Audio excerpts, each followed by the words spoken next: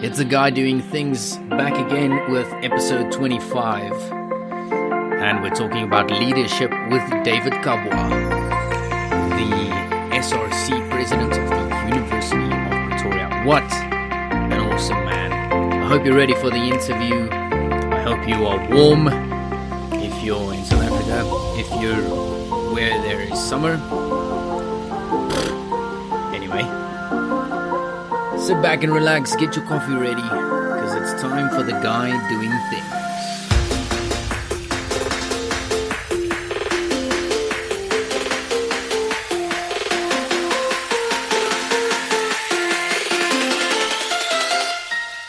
Get it?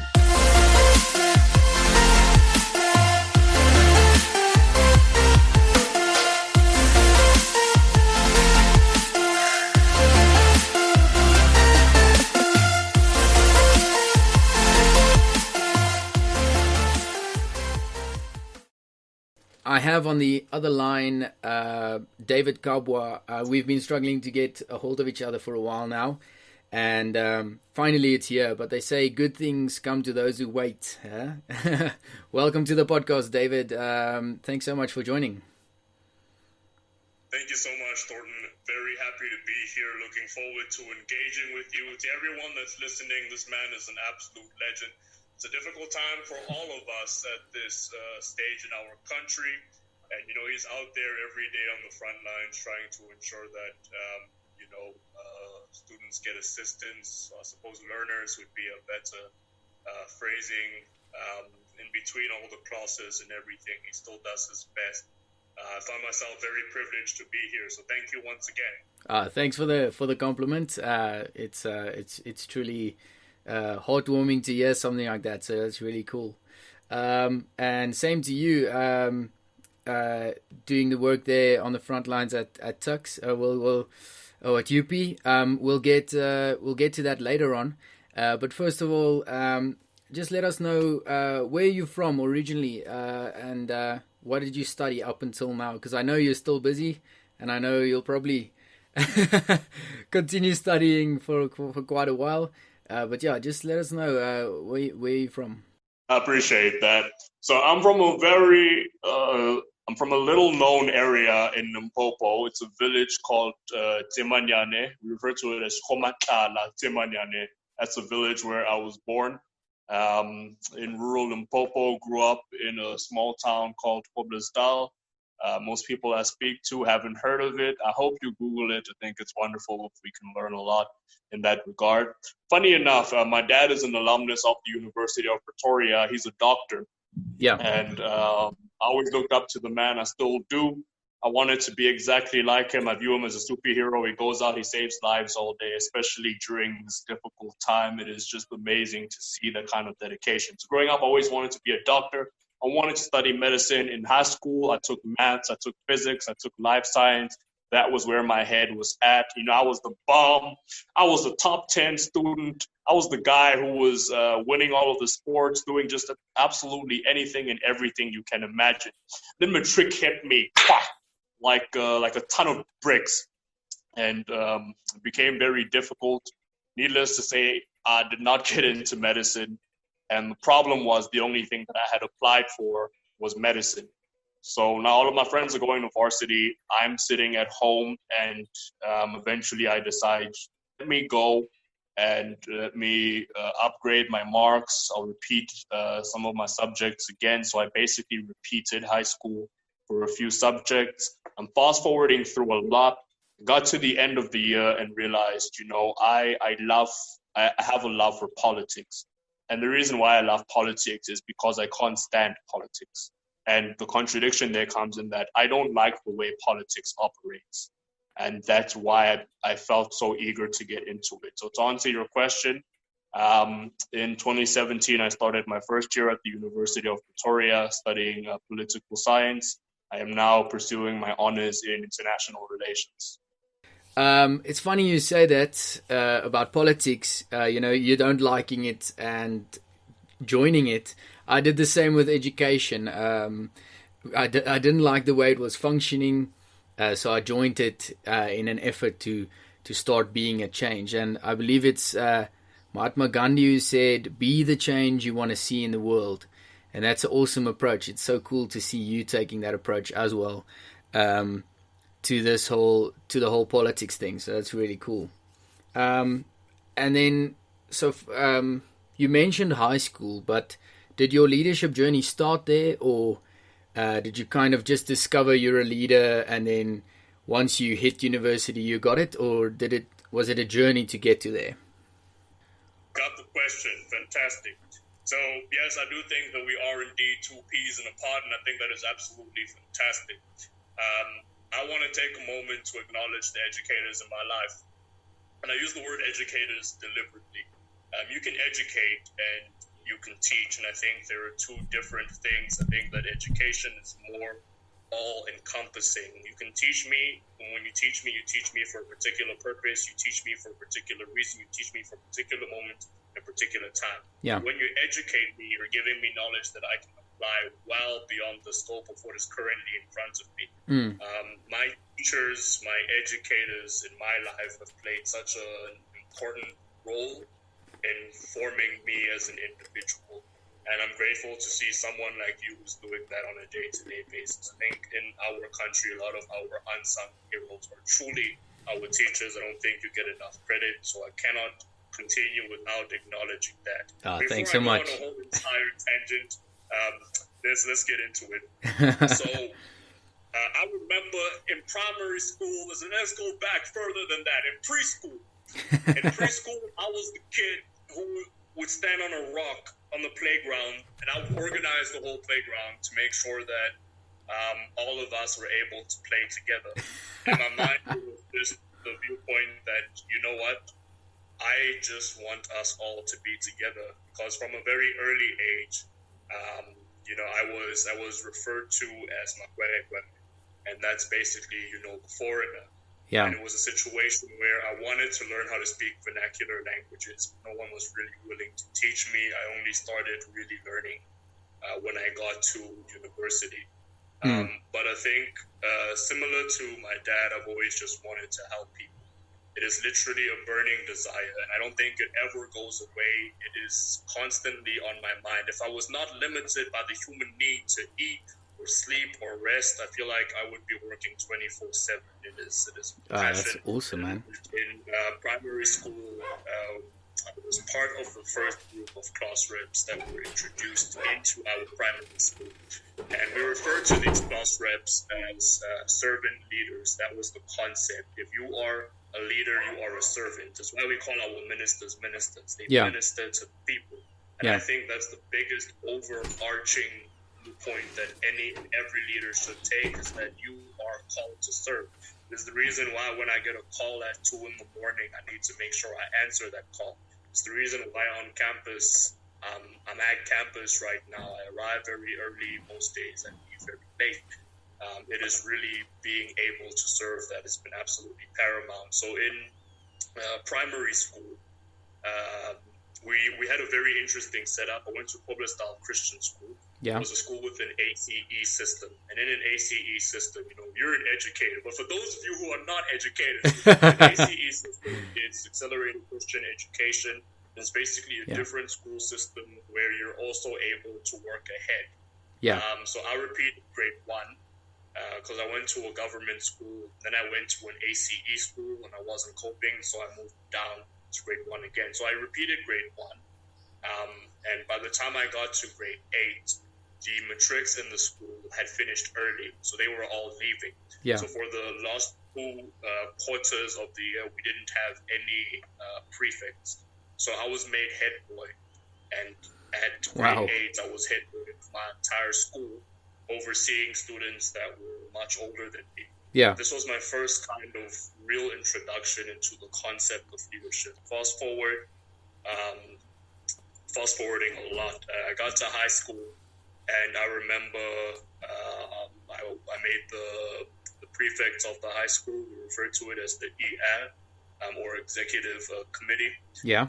And I was voted as the social chairman. So I was in charge of socials, which was funny because up until the trip, I had never been to a soki in my life. I did not know how to the sulky. But now I feel like I'm the sulky king. I can sulky better than the rest.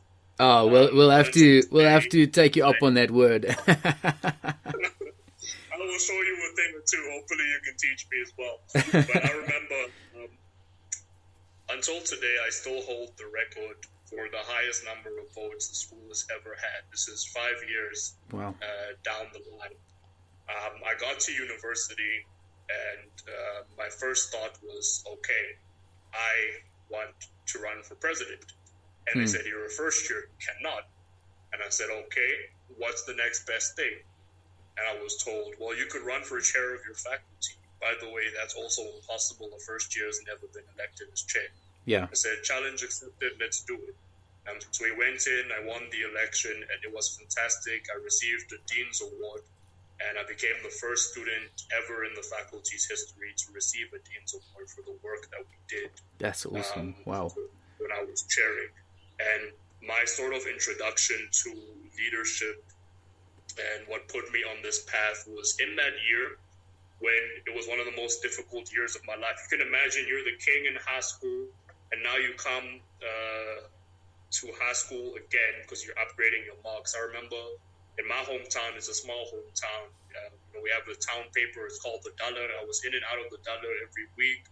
My parents were well known in the community. I was the kid everybody knew. I couldn't even put out the trash without, the neighbors greeting you. Yeah. So now, when I didn't make it into medicine, everybody knew. Yes. And it was one of the most crushing things because all the people that had supported me, that had been there, that had shown a lot of love, they just didn't care anymore. I became the guy that peaked in high school, and it was devastating. Yeah. And I remember I then went to Abbott's College, and that's where I upgraded my marks. Yeah. And I remember I walked in the very first day. I still had a lot of confidence and thinking, okay, this is what I want to do. I walk in straight to the principal's office. As soon as I arrived, I said, hi, my name is David. I'd like to speak to your learners. And he looks at me, and he's genuinely confused. And he says, we're about to go to assembly, young man. And I said, yes, that's exactly why I want to speak to your learners. He says, we do not have the time. And I said, principal, give me 30 seconds. He asked, well, what could you possibly say in 30 seconds? And I said, give me 30 seconds and I'll show you. So I got up, I spoke for 30 seconds, and I got a standing ovation. And I was very happy. That's awesome. awesome. For me, this was kind of validation at this point in my life, because up until this point, it had seemed that there was just constant rejection because I did not reach the initial goal. Then I had people coming up, yo, man, let's go. That was pretty cool what you did. Let's go get a drink tonight. I'm like, cool, fantastic. I'd love to go. Let's go. Oh, by the way, I don't drink. I said, okay. Well, shucks, man. We could go get some cigarettes, do some weed. And I'm like, yeah, let's go. But I don't smoke. And they said, okay. Well, F, man, what do you do? And I said, well, F, man, I don't know. And they said, F, man, you won't say F. And I'm like, oh, I don't swear. I said, you don't drink, you don't smoke, you don't swear. There's no young person alive that doesn't do at least one of the three. So I became branded as a liar who believed he was better than everyone. Yeah. And then I went back to where I was before, in a space where I wasn't really accepted, nobody really cared. I used to spend break times chilling with the cleaners and the gardeners because I just didn't want to spend time alone. Yeah. And then eventually I hear that, learners are going on an outing. We get on a bus, not even sure if I was supposed to be there. I get on this bus, we arrive at the Gauteng Provincial Legislature. Yeah. And I'm looking at this building, and it's big, and it's beautiful, and you can just feel the leadership in the air. Yeah. And we go into this massive committee room, and we have this table that just encompasses the entire room. So I sit down next to someone's little sister because there wasn't room for me at this table. Fast forwarding through a lot, elections come, and I was elected as chairperson. Yeah. And I ended up being elected as a chairperson in the South African Children's Parliament, and I oversaw Commission 3 pertaining to the importance of voting relating to children. And I just loved everything that I was doing, from the public speaking to the working with documents to the working with people to the in-between engagements, the caucuses, all of that. And eventually I decided I want to study politics. And that's why when I came to UP, I decided I want to run for chair. And in my second year, I ran for president. I ran as an independent, which was considered to be political suicide. I'll explain more of that a bit later. And I became the first ever second-year student to have been elected as president. And then I decided to run for re-election because I realized that a year is really short. Yeah. By the time you realize how to do what you need to do, your term is over, if I'm to be perfectly honest. Yeah. So I ran for re-election, became the first ever SRC president to have been re-elected, and sort of the story goes on from there. Yeah. I didn't realize that when I asked the question, like, how did your leadership journey start, that it would be so jam-packed. It's awesome. You should write a book, definitely, about it. And just remembering that account where I fit into that story, I think it wasn't the first year, but it was a testing phase where we could vote online. And beforehand, everyone sent out those WhatsApps with a picture saying, vote for this guy, vote for this guy. And to be honest, my WhatsApp was flooded with your picture. And I'm like, this guy's running independent. I don't know him. But there's something brewing here. Somebody must know, something about this guy, because I just get a lot of texts. And I remember that, and it went so well for you, and I was really proud. It's really cool to see that and to be re-elected and whatever. So, I feel I should just keep this episode in a special place, because when you become president of South Africa, I'll say, I interviewed that guy. I'll hold you to that, brother. I appreciate it. Thank you. Pleasure. So let's go on. I think you mentioned a few, but it's maybe hard for a leader to pick out a specific one. But what is your biggest leadership challenge up to date that you had to face? Oh, that is actually a very easy question. My biggest challenge is realizing that you don't have the powers of God. Wow. Yeah. I want to help everyone all the time, and it's really frustrating. It's really frustrating being so limited. I remember 2019, we had a few students that had taken their own lives, and in such situations, I'm always on the scene. There was a young lady that had jumped off a building. Out of respect for the family, I won't mention her name, but I'll call to the scene, and she jumped, and she had jumped face first, and only in about 10% of suicides do the individuals choose to go face first, because you don't want to see what's coming. So I remember arriving on the scene and seeing sort of the aftermath of what that looks like. And it was also a very heated time in the year. Hashtag Am I Next was trending. Yes, I remember. Lots of GBV issues. The reason why I say it was trending is because I think we always had GBV issues. It's just for some reason last year got a lot more attention. Yeah. Xenophobia and the air and all of that.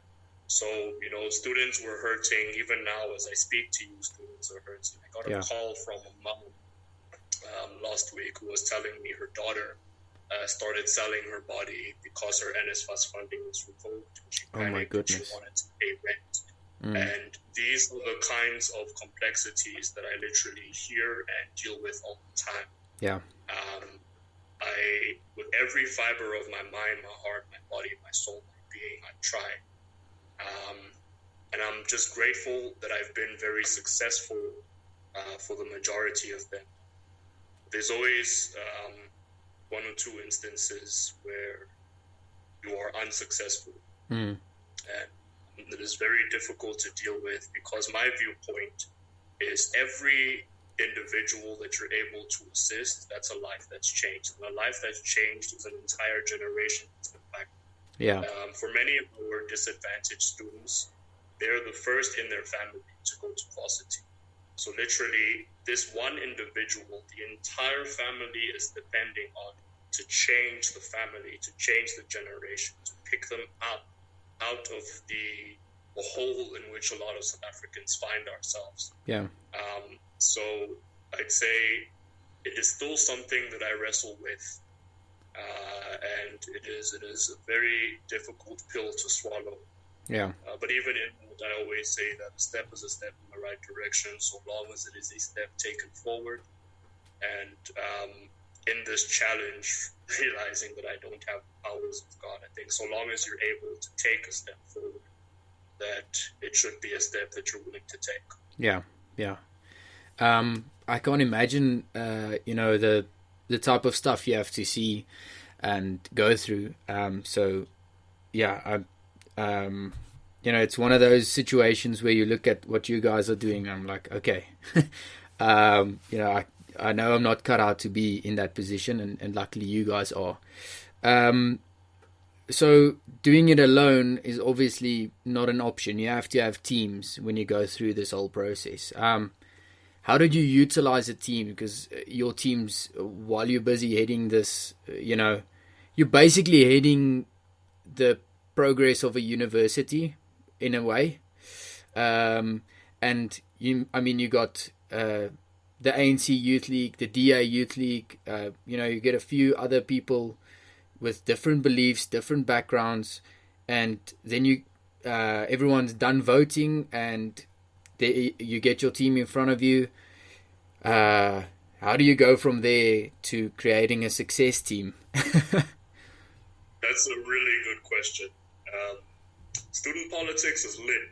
Yep. It's especially lit in South Africa. I remember when I was first elected, a lot of the staff around many of the buildings would say, there was one independent before you, we've only ever had one.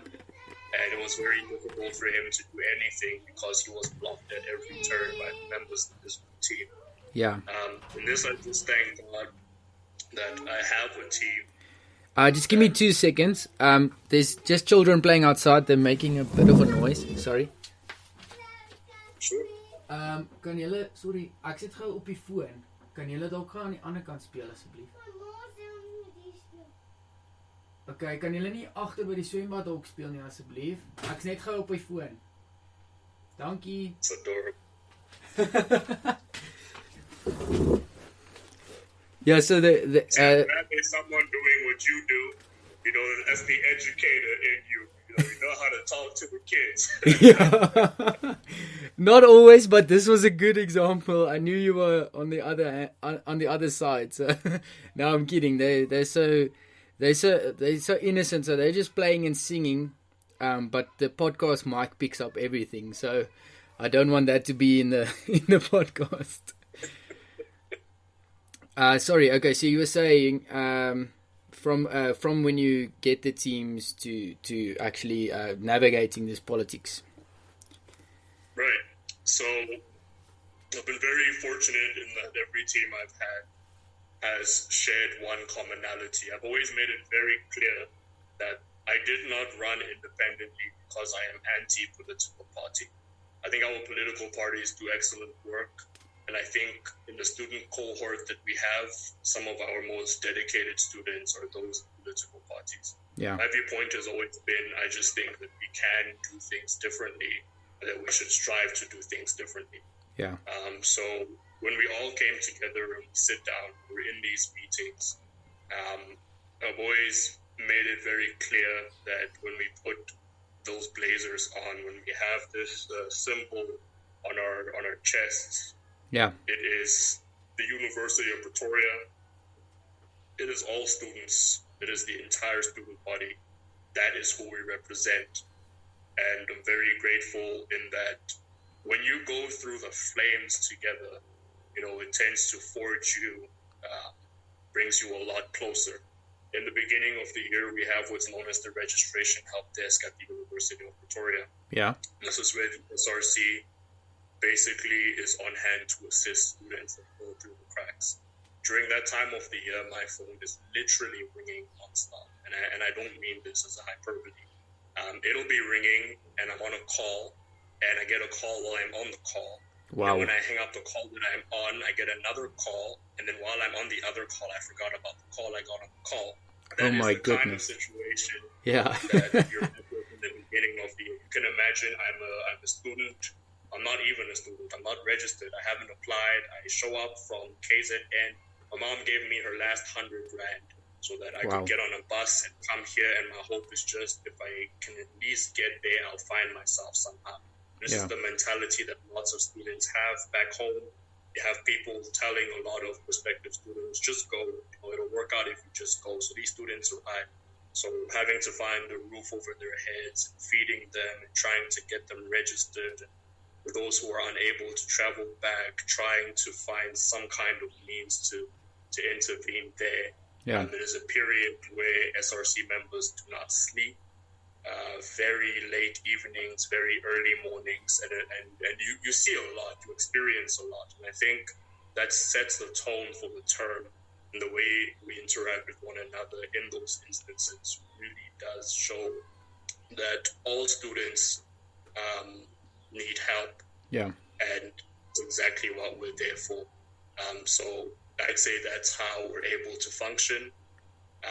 I acknowledge the political affiliations of all of my colleagues, in acknowledging that I have no issues whatsoever. Last year we ran Operation Save the Semester, and this is predominantly an ANC-led initiative. Yeah. My viewpoint was, this is an initiative that assists students, and if it assists students, let's go for it. Yeah. The whole team felt like that. So we took it and we made it an SRC thing. Yeah. That's very much how we progress. I'll take this and I'll extrapolate that to my team in the Commonwealth Youth Parliament. We have young people from all over the world, different countries, and so forth. And I remember when I was elected, I sat down for my first meeting. And you have, obviously your young people from your more privileged countries, and they want to address certain issues. And you have young people from more disadvantaged countries. Who will ask, how can you deal with climate change when people are hungry? Those kinds of disconnects, and finding that common ground, I think, is very important. Yeah, that's awesome. That's a good way to approach it. And from what I've seen, and from the products that come out of the University of Pretoria, it seems like it's working. So that's good. My last question is, how would you encourage others who aspire to, start climbing the leadership leadership journey, the leadership ladder, or who are in it, but finding a few roadblocks or a few bricks in the road or whatever? How would you encourage them to continue going, or to actually just start with their leadership journey? An excellent question once again. So I'm going to the foundation of who I am. My dad taught me that greatest talent any human being possesses is hard work. My mama taught me gold and silver, all these things I can give to you, but what I give you is Christ, because I'll never leave you, never forsake you. Sure. It forms the foundation of who I am. Yeah. One thing that I had left out is, in one of the most difficult periods of my life, in 2015, I believe in prayer, I believe in fasting, and that's me. Yeah. All of us, we have something that we believe in.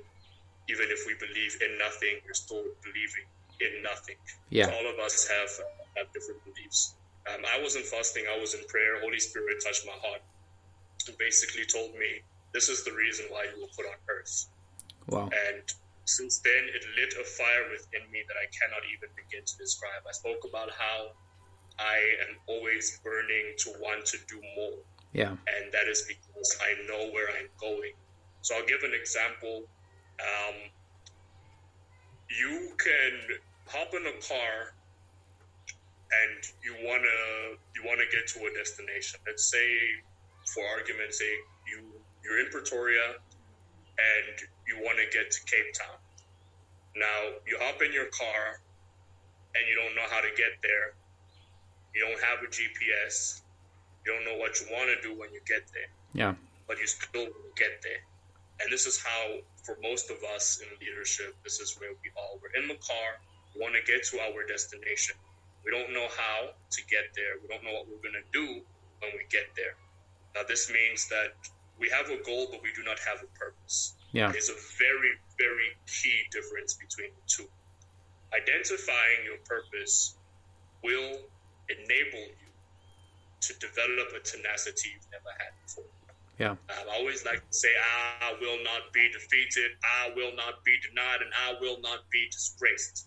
And the reason why I like to insert that any and everywhere that I can is because there is nothing on this earth that will defeat me in my goal to achieve my purpose. Yeah. And the reason for that is because I know what my purpose is. Now, if you're getting into leadership just for the sake of leading, then you don't know what your purpose is. If you're getting into leadership because you want to help people, but you don't know how you want to help people, then you're not fulfilling your purpose. Because helping someone in one way, another person will interpret that as completely disregarding them in another way. Yeah. That is why it is important to understand your purpose. And lastly, when you're moving with a sense of purpose, what you do is you start to plan. And it is very difficult to plan anything when you don't know what you're planning for. Yeah. So my advice would be, whatever it is you believe in, take time, identify how does that link to your purpose. For me, my advice will always be take time in prayer, get on your knees, talk to Jesus. And I don't mean, oh, Holy Father. No. Yeah. I love to speak to him the way I'm speaking to you now. But like, Jesus, man, it's been a rough day. This is how I'm feeling, and I'll just go and I'll pray. And people ask me, how do you pray for hours? I'm like, prayer is a conversation with God. Because you speak, but you also have to listen. Yeah. And if you're able to conversate with your friends, how are you not able to conversate with God? Yeah. And I think getting the conversation started, asking him, what do you see me doing? That is how you achieve your purpose. When you get your purpose, you know exactly what kind of leader you're going to be. And that is what makes an effective leader. Yeah. That's awesome. And those nuggets that you took out, you can't necessarily find in a book. Well, not yet, until you write yours. I'll be waiting patiently. And it's awesome to hear that. And it's cool to also see some of our pivotal leaders in South Africa take a stand in their faith. Because I also believe in God and in Jesus. And it's important to use that. And even if you don't believe in it, I think those values that you mentioned are clear cut. If you don't have something to stand on, a foundation, for us it's faith. If you don't have a foundation to stand on, you'll never have a purpose or something to plan towards. So that makes perfect sense, and it's really helpful. David, that's all we have time for today. But thank you so much for joining me on the podcast, and thank you for your time. And may your journey be blessed. And I'm looking forward to seeing you in the big leagues. Thank you so much, Thornton. Looking forward to it too. Have a great one. Well, you heard the man. Have a great one. And truly do. I hope you're healthy. Thanks so much for listening to episode 25 of The Guy Doing Things. We'll see you again next time. Stay safe. Cheers.